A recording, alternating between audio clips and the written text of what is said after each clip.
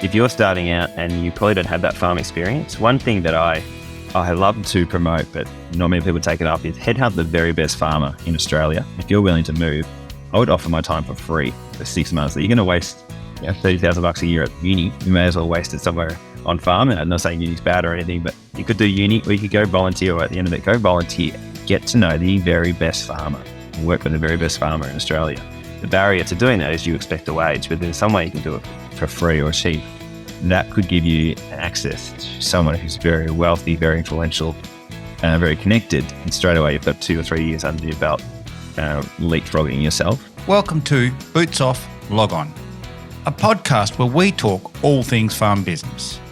A show about the business of farming, bringing you insights and wisdom from the leaders in farm business, helping you minimise risk and maximise return on all your hard work.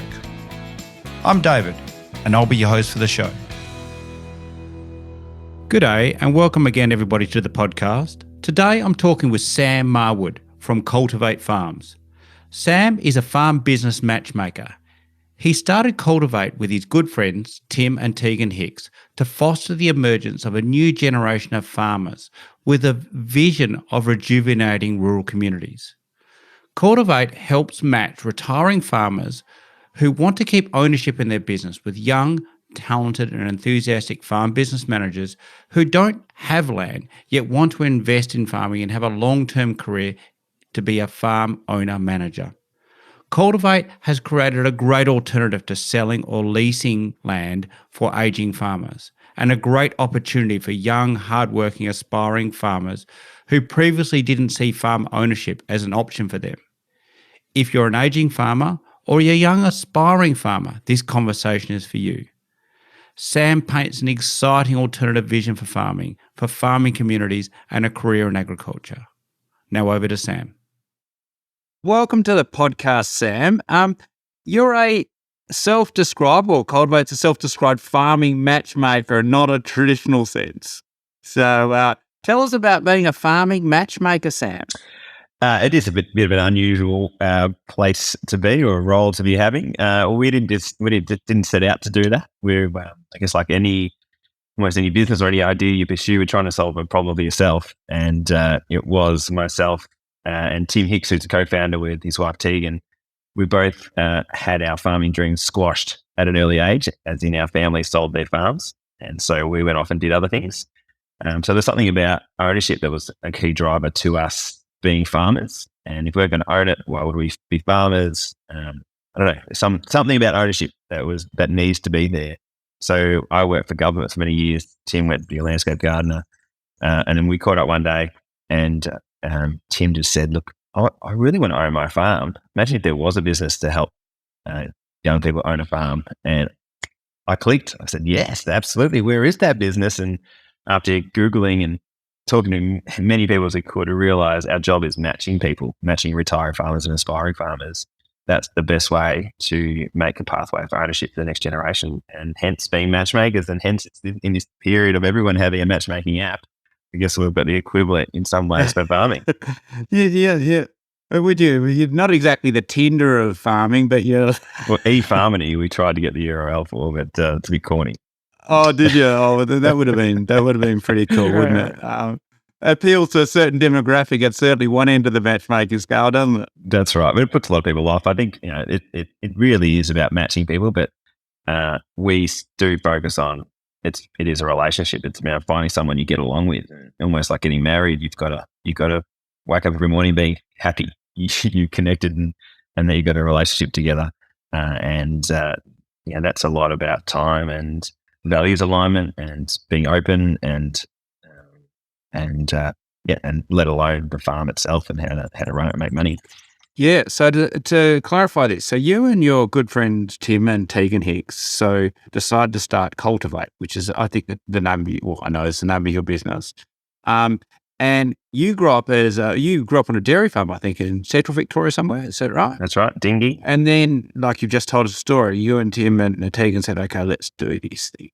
So you're not matching, well, you are matching people essentially, but you're matching people who want people to come and farm with them, yep, or take over the running of their farm, with people like yourselves and Tim and Tegan who really want to be farmers, but aren't necessarily, in this case, born into or could go through a normal succession event to get one. Is that? That's right. So the bottom line is that if you're a next gen farmer and you're good enough, we're saying hopefully there probably is a retiring farmer out there who is waiting for you. So we're trying to get the next generation into gear, saying, go work for 10 years on a farm, be the best, know how to run a farm really well. And we're saying to retiring farmers, if you're thinking about your kids don't want it, or you don't want your kids to have it, or but you want to age on farm, we're saying think about sharing ownership, whether that's a business or the land, could be a great way to attract the very best farmer who aligns to your values. So we're trying to get both sides, I guess, of that match interested and excited with the idea of sharing. And then if we get enough retiring farmers thinking about it and enough next gen farmers, there should be enough matches out there to satisfy the market. But getting next gen farmers to understand this is pretty easy. Most want to own their farm.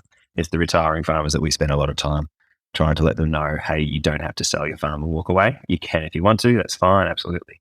Or you can give it to your kid, which is great as well. But if those two options aren't there, we're saying there are thousands of next gen farmers who would give their left arm to have the chance to get to know you and see if there's a relationship that could be set up. Yeah. And so this, do you see this as an evolving thing that can really evolve farm business to the way farm businesses are run going forward? Because what I'm seeing through our exposure through our client base and through my exposure to agriculture, there's less and less farmers and less people wanting to be farmers. I think when maybe I might have been the last generation where it was almost someone did. These days, it's not as common to say you can't assume that one of your children's going to want to farm, or you want them to. So do you think this, I don't know if you call it professional, but these people who choose farming as a career as opposed to just being born into a business is a model that could develop, or you hope to develop over the future?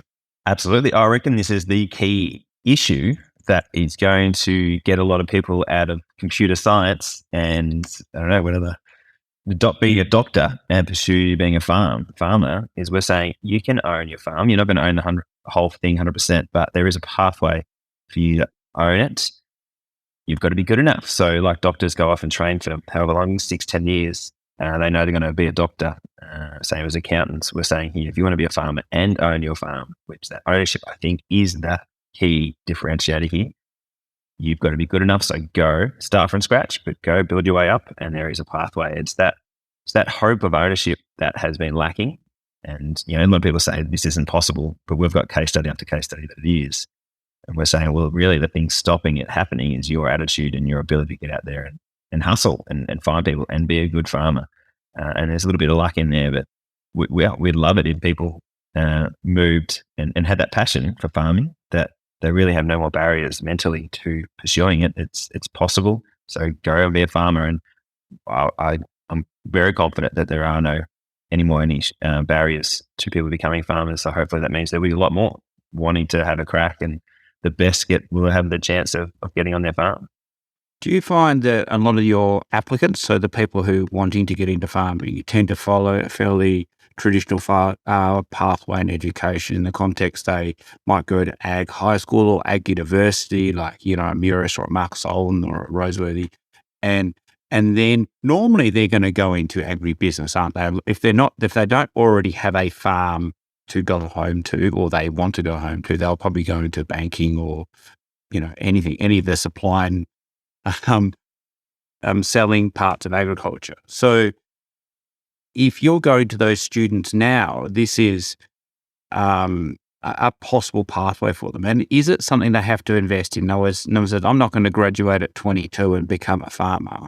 I'm going to have a pathway, not like you said, a doctor. By 30, I'm going to make sure I'm good enough to be a farmer. That's exactly right. So, you go do the courses, go work on farms, do whatever you think you need to do to be an excellent farmer, and also build your own wealth. So most people are trying to save $3 million to get a deposit, whatever it is. We're saying that great if you can, but at least build some sort of wealth to show you are good with your money.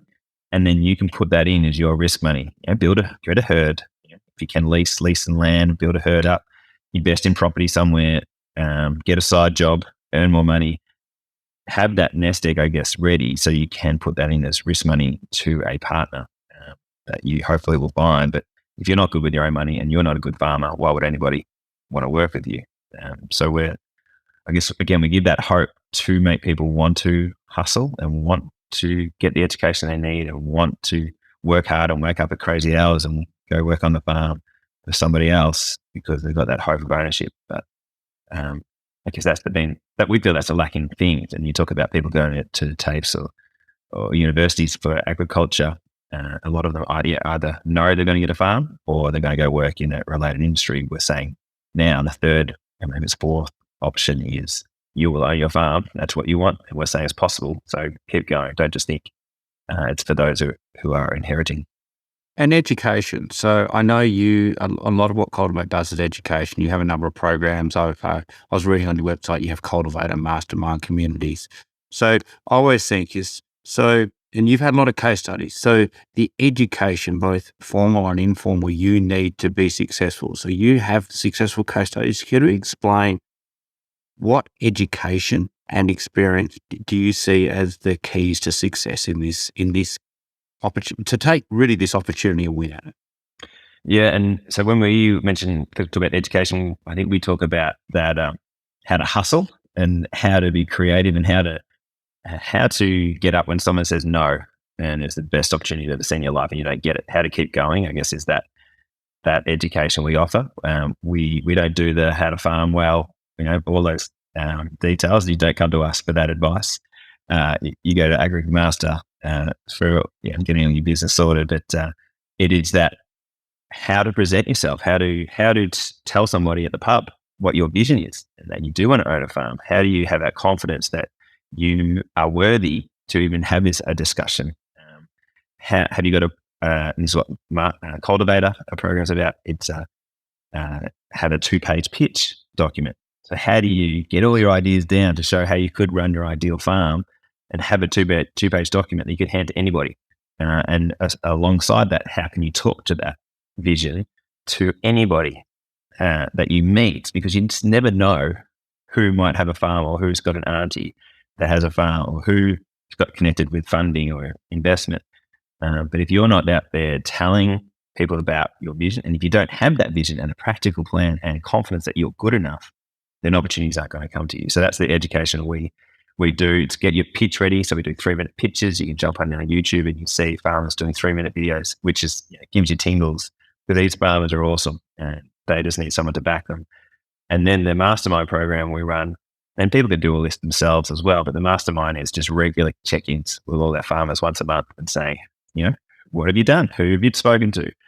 You've got an opportunity. All right, let's unpack how best to build a relationship with that retiring farmer. Or you might have an investor. Okay, well, how would you package it up to make it attractive for them? So it's all this continually putting yourself out there, dealing with opportunities one by one and mapping it out so that hopefully, which just happens a lot of time, there's an opportunity.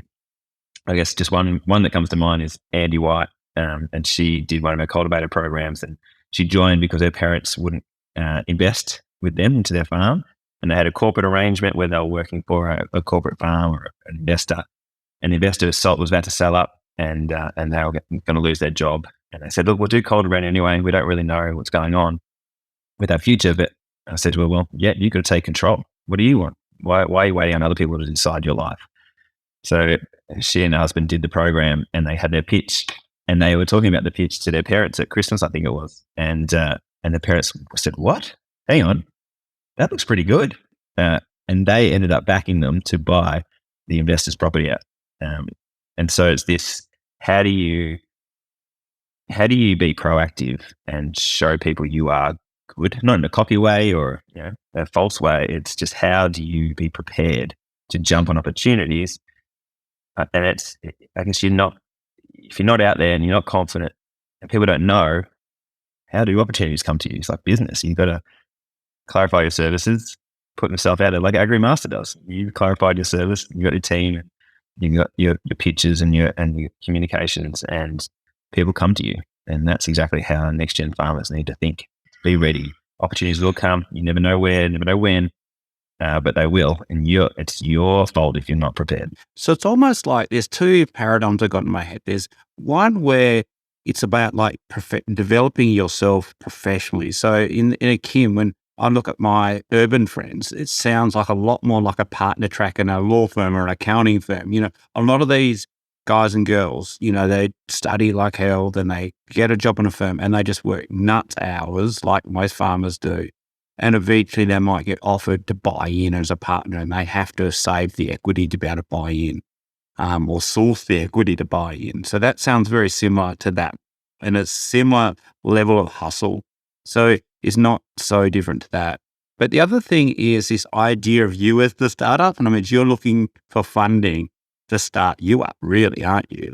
And you've got to be a great product worth investing in. That's right. It's a really good way to look at it. But maybe a proven startup probably is way I would say. It's like you've been doing it for 10 years. You know the books of someone else's farm. You run them. You know it inside out. It's like breathing. And that's that confidence that you can give. And it's almost a lower risk investment. It's like, yeah, I know how to run a farm. I've done it. And I just want to copy and paste it over here.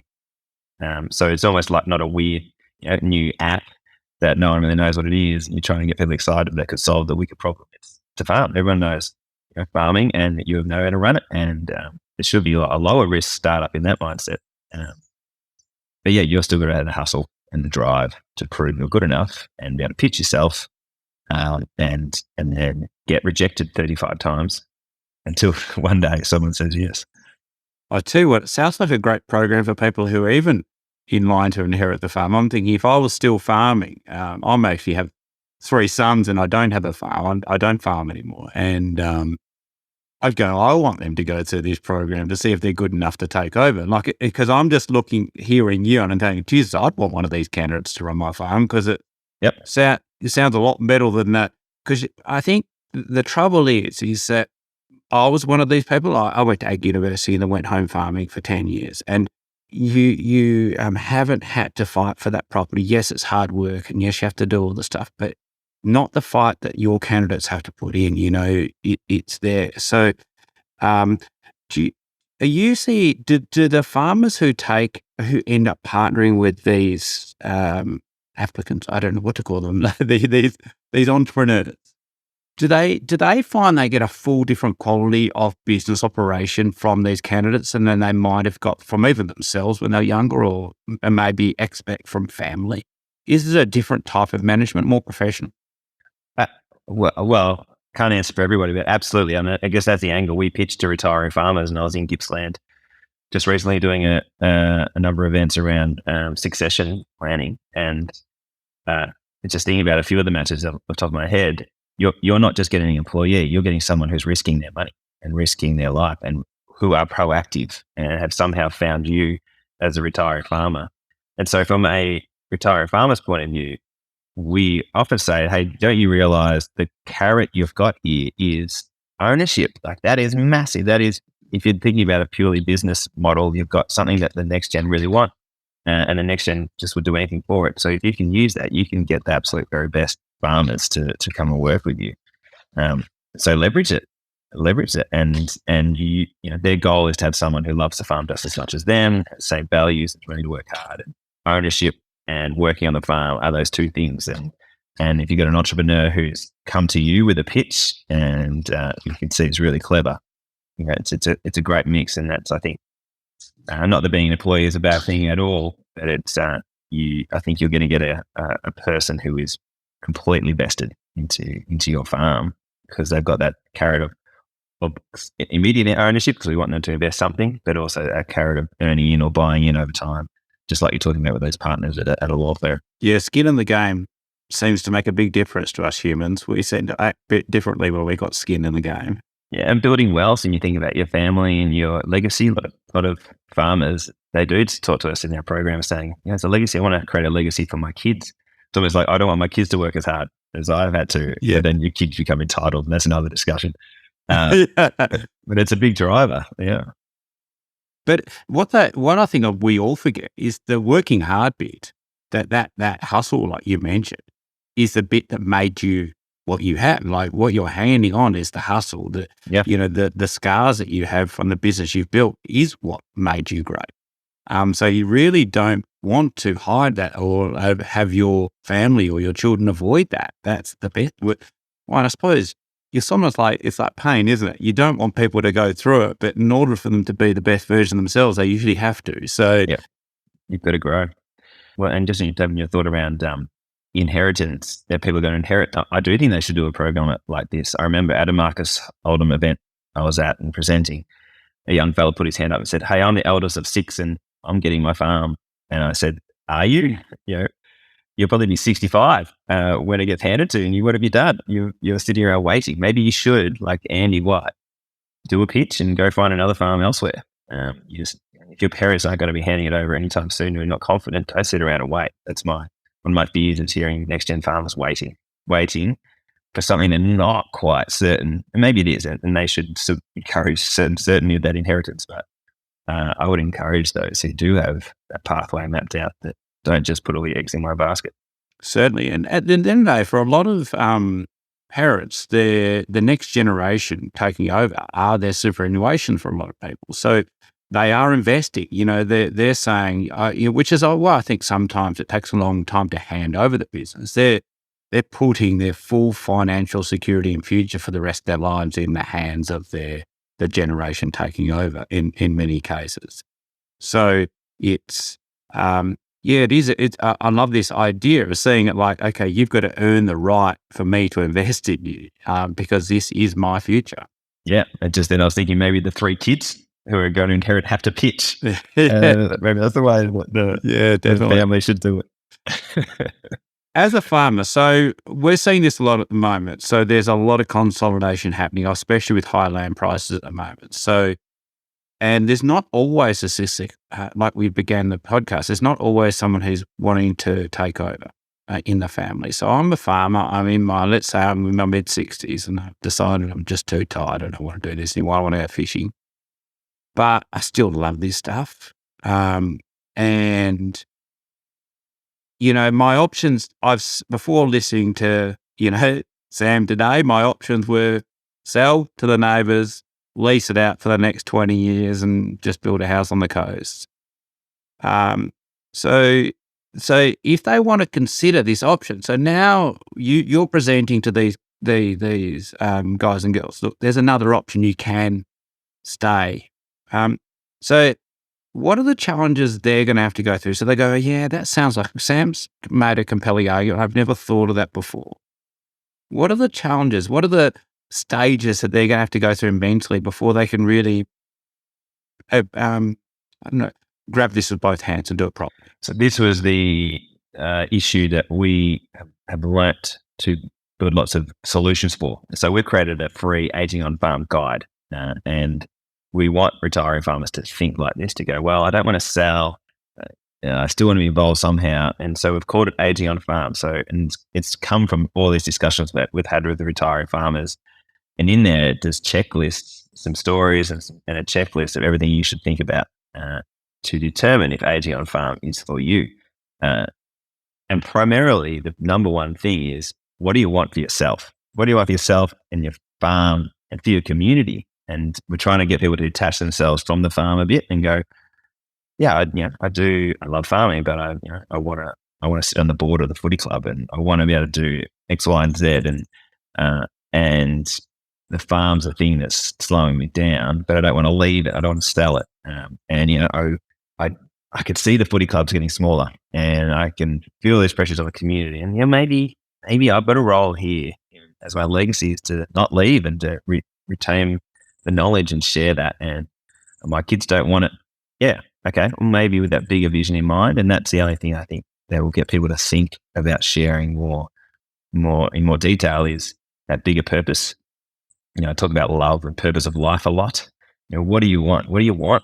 And once you know what you want and you know that there is a bigger picture that you're aiming for yourself and your community and your family, then you'll be open to this idea of sharing. And then once you've clicked, then there's all of these things you need to work through, including talking to your accountant and lawyer and agronomist and everybody around whether you should and how. it is all technically absolutely possible. These things happen all the time. But it's just a process you need to go through to make sure you've got yourself covered and that you've got everything in place, that you're not getting ripped off, and that this isn't a free ride to the next gen farmer, but it's a win-win for everybody.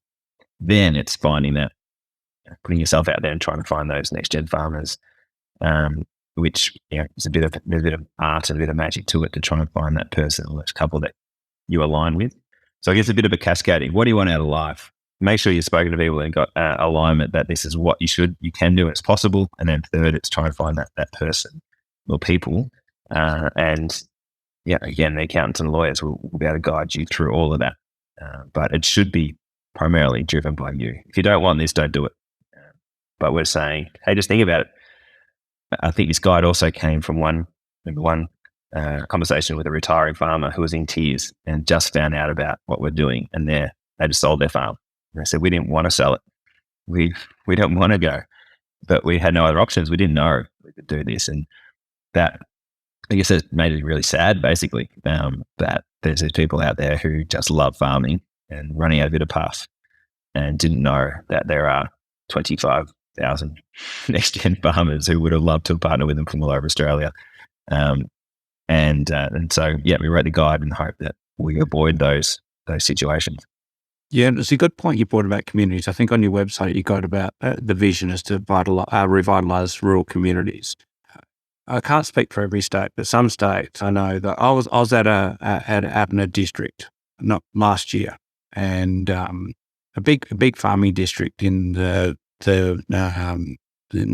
Midwest of Western Australia, and there was only 7 farmers left in the district. They're massive. They're all pretty big. They're all very successful, but so the community is almost non-existent. But the businesses themselves are very, very successful. So, like you said, the traditional options of either leasing or selling creates that death of community, not deliberately, just through the normal process of business.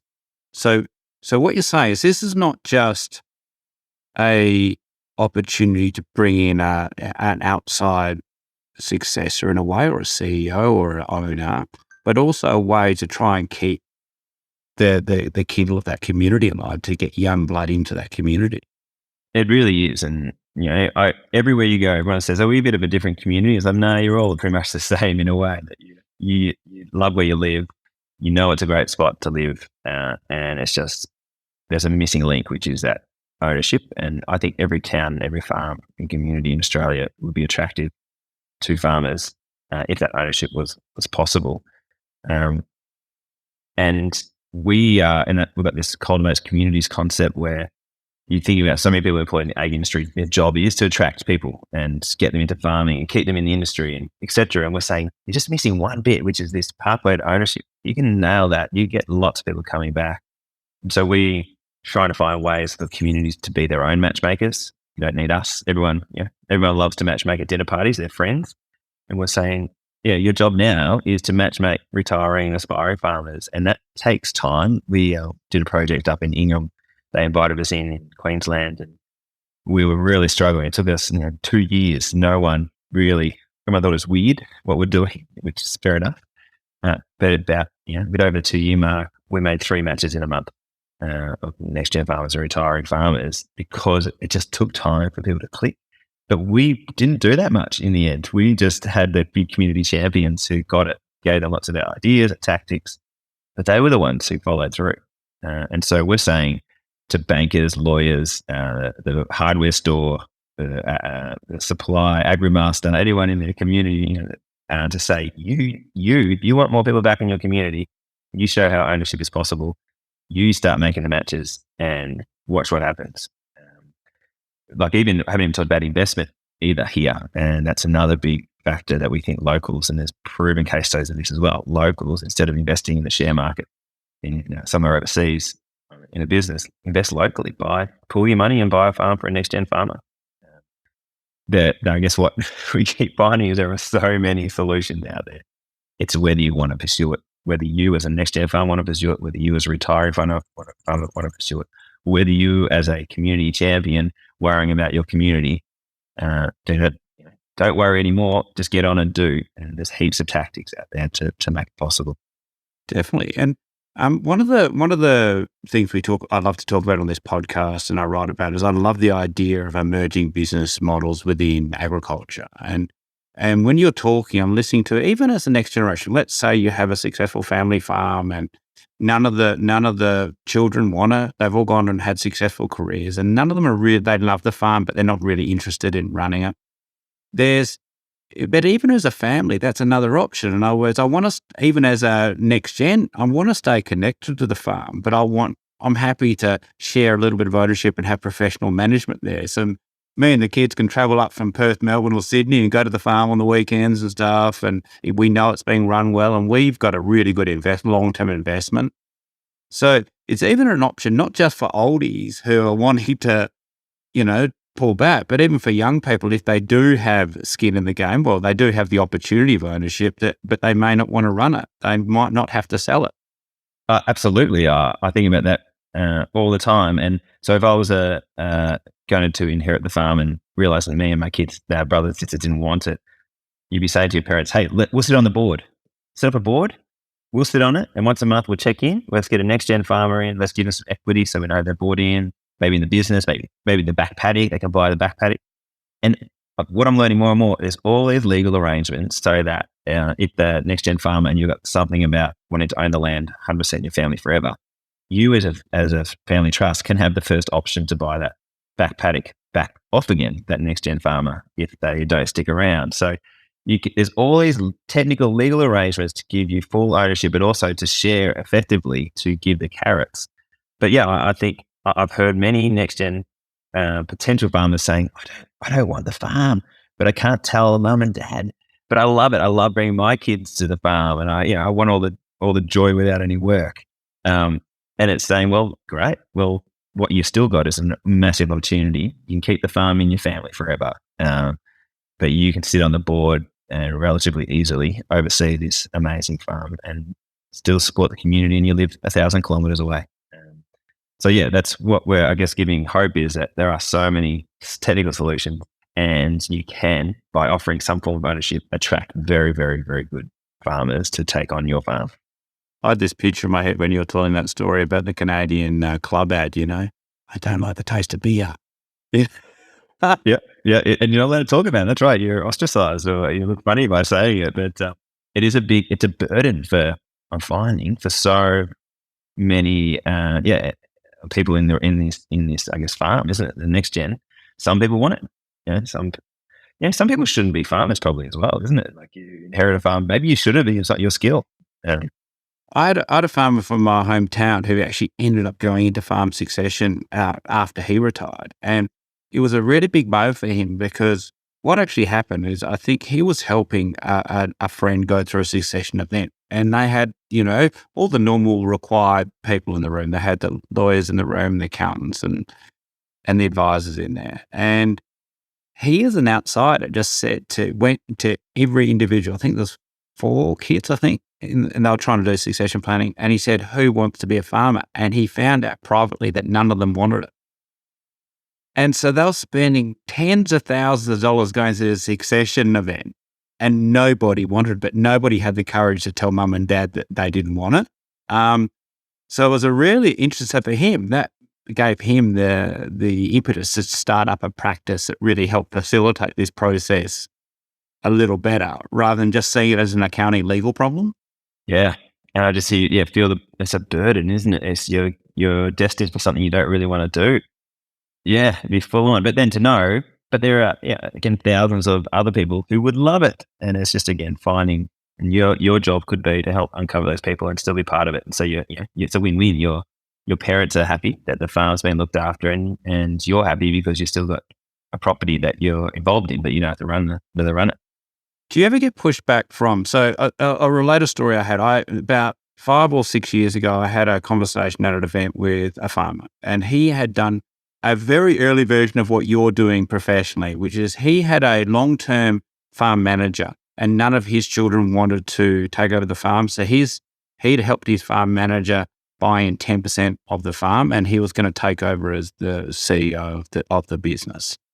And his big grief is he was getting massive pushback from the 3 adult professional children who didn't want it, but they really had issues with him giving 10% to this outsider.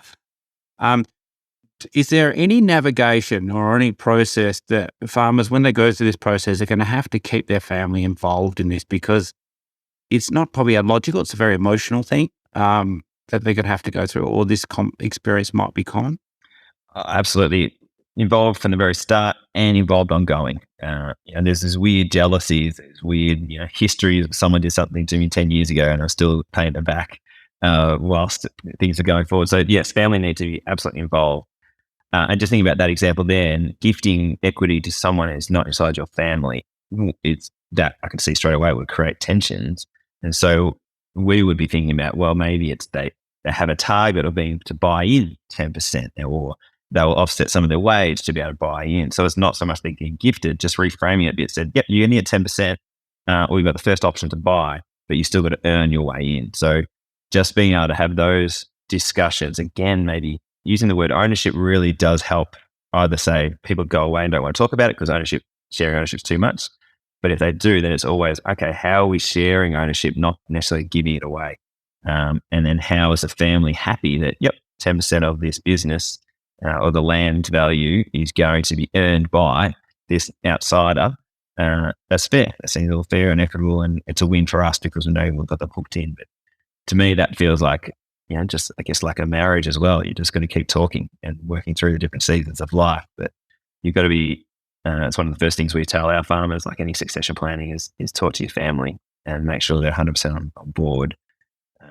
And probably the awkward thing is that probably not everyone is on board all the time, is it? And ultimately, the retiring farmers are in control. It is their property. But making those decisions is hard, and that's probably, at that point, you just need to make sure you have lawyers and accountants and your family, friends, and everyone supporting you thinking it through. But you'll never, no matter what, you'll never find a pathway that ticks everyone's boxes. But as long as it's fair, legal, and you're constantly talking about it. That's great. Do you ever see people go the whole other way in the fact that they've taken on, they've got a new one of these people from outside the family come in, they've bought in equity, and then they use that opportunity to actually expand. And always they go, okay, now we've got, these new enthusiastic people to take on the property, that I'm actually willing to put more investment in, buy more land or lease more land. Do you ever see it as an impetus for actually expansion as opposed to just sitting on it? We haven't met any of those matches, but we've had lots of those discussions and we've heard about them as well. But I can see that it gives you go from, this farm is hard work and I haven't been on a holiday for 20 years, but I love it, to being matched to someone who's full of energy, sharing ownership, takes the burden off, and your mind's freer. And you're thinking, maybe I do know that farm next door is up for grabs.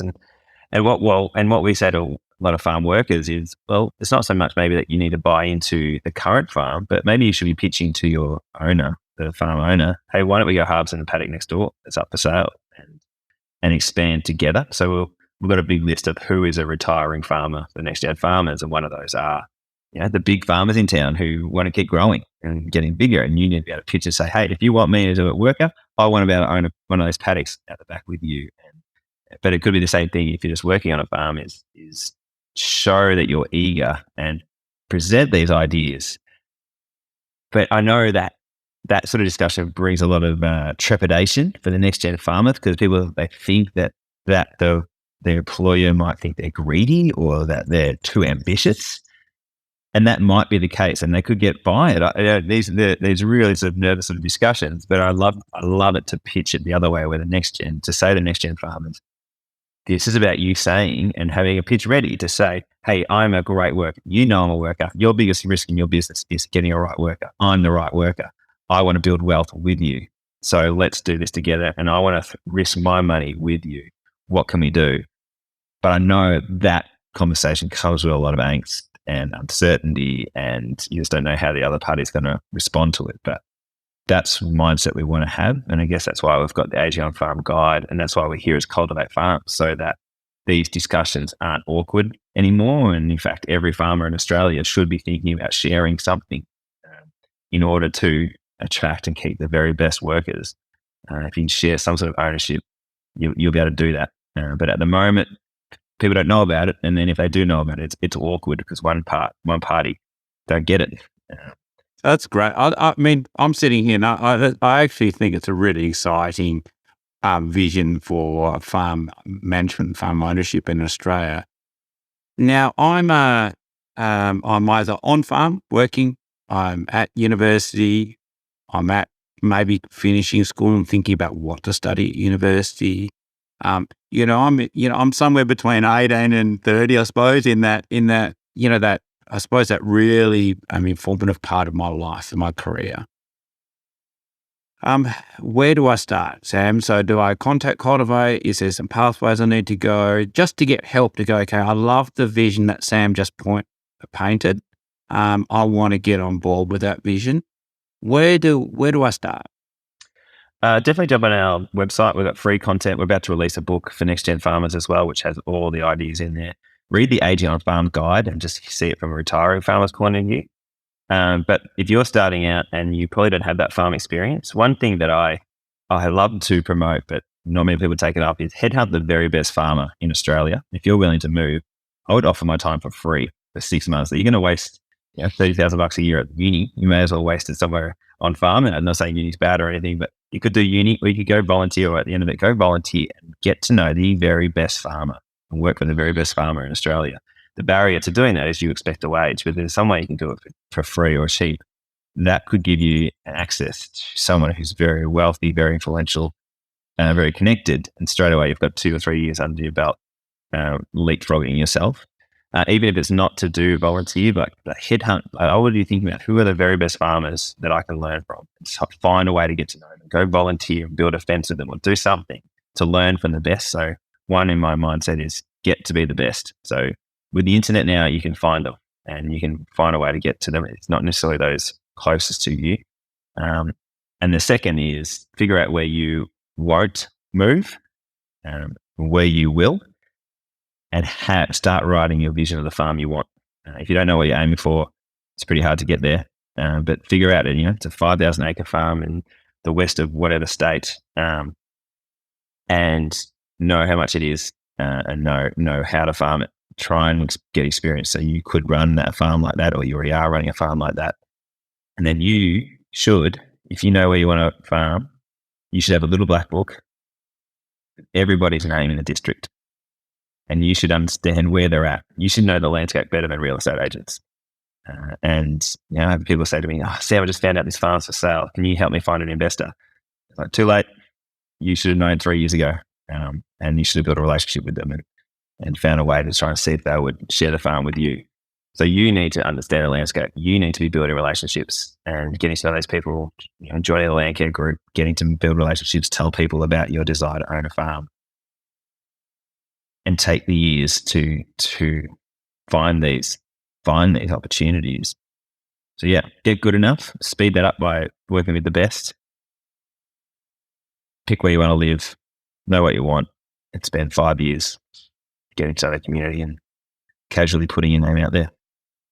If you want to grab a parallel, since moving to Perth 20 years ago, a number of my friends are in the medical specialist industry, and there's a really good parallel for them to go, as a young doctor, if you want to specialize in, I know something, this is what they do, is they hunt the planet and go and work for free for the best surgeon who will have them for 2 years. And so a lot of them who are specialists in whatever, they've spent 2 years working insane hours for this obscure surgeon somewhere around the world. But they can come back to Perth, Melbourne, Sydney and go, I've actually been trained by X. And they literally have to work, have to survive on no salary for 2 years to do this. And every single one of them says it's worth it. So I take Sam's advice, everyone. It's a good idea.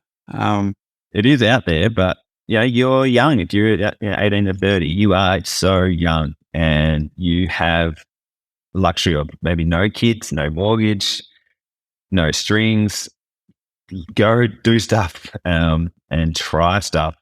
And when you put yourself out there, people are impressed and doors will open. But if you're sitting back, I speak at a lot of universities, and this uni students are going, "Oh, I'm waiting for a piece of paper." And no, you're not. Don't wait for a piece of paper. Get out there, go and try things, meet people, and write a blog, like write about farming. Get any way you can to get in front of people who could open doors for you, because people always love to back winners and proactive people. So get proactive and don't just sit around hoping you've got to have a crack. It's interesting. Talking about the bit of paper, in the year before I graduated from Curtin, the keynote speaker to the year graduating above me was a guy called Daryl Jarvis, who was running a large corporate operation in Western Australia. And he said, "Congratulations, well done on getting your diploma degree, whatever you've got today. Now, take a picture with your parents, take it home, put it in the drawer, because no one cares." And it was basically saying, okay, it's not going to get you a job. It's like, now the real work starts. Now you got to learn to be a farmer, a banker, or whatever you're going to choose. Now your education starts. That was just like a little warm up. It was a really good, even I wasn't graduating. It was huge humility to me. It was just like, it doesn't guarantee you to be good at anything. I agree. And, there are those pathways, and university is great and TAFE is great. But I'm worried it's making people a bit lazy. And they're thinking lazy that is the pathway to what it is they want. It should be, there are many pathways to get where you want, and make sure you're having a crack. And it could be you do need a piece of paper to open certain doors, but not all the time. So just don't think there is one pathway. Definitely. Last couple of things. I'm listening to this. I'm one of our clients or a farmer around Australia, and I want to, kick this stone over and see what's under it, Sam. Same thing. Where do I start? From a retiring farmer point of view? Yeah, retiring farmer point of view. Yep. Yeah. Definitely the 80 farm guide. It's like 30 pages. Flick to the back. There's 4 pages of checklist. Just read that and think about all the things you need to know and work through to consider aging on farm. And then have a chat with your partner, have a chat with your family, and figure out, what do I want out of life? And you probably a few tears and a couple of glasses of red, probably. I think that's the number one. Just think, what do you really want out of life? And soon you'll figure out, no, I just want to sell. We'll give it to the kids. Or, actually, we want to stick around and be part of this farm for as long as we can. Then everything cascades from there. But I think that's the big one. What do you want out of life? And what do you want for yourselves? And then if it is to share as a pathway to make that happen, then you can read and see all the different things to do. But I guess that's very secondary. It's all possible. You can find the right farmer. Your farm would be attractive to somebody. So just have confidence in that. But first, be a bit selfish. Think about what you want for yourself and for your family for the long term. Brilliant, mate. That's really good. Good place to leave this. Last question about you, mate. So when you're not being a farm matchmaker, what do you like to do, Sam? So when you're not thinking farmers, matching farms, how do you spend your free time, mate? I've got a backyard, so I'm not on a farm at all. I don't think I actually am a very good farmer, so it's probably a good blessing I didn't end up being a farmer. But I love the environment. I love farming. So I tinker in the backyard. I've got a couple of boys and my wife. We just, I don't know, relax in the backyard and at home. But the kids keep us pretty occupied. There's not much you can do once you have a couple of young boys anymore. You just stick around home and I saw there was sort of masters type footing now that I'm 40. I should probably get back into footing a bit more. But I'll tell you what, Sam, I remember when my boys were little and you do the father-son footy match, it really hurts when you get tackled. You forget either you didn't feel it in your 20s or now it just hurts. Yeah, a lot softer. Well, I'm looking forward to that then. All right, mate. Well, thank you very much. Now, Sam, you'll send me some links, but I'm going to put all the links to Cultivate and everything Sam's talked about in the show notes today. So if what we've talked about today sounds like something you'd be interested in, I'm going to put all the links in the show notes. And Sam and the gang will be able to point you in the right direction. So, Sam, thank you very much for your time today. It's been a really actually quite exciting vision for agriculture outside what most people would normally think. And I really hope we get plenty of people listen to this and really makes them think differently about their opportunities going forward. Oh, thank you, David. Yep, changing mindsets or just letting people, removing barriers. Mindset barriers is probably the number one thing. So yeah, thank you for your time and yeah, thank you for the support, AgriMaster. Okay, thanks, mate.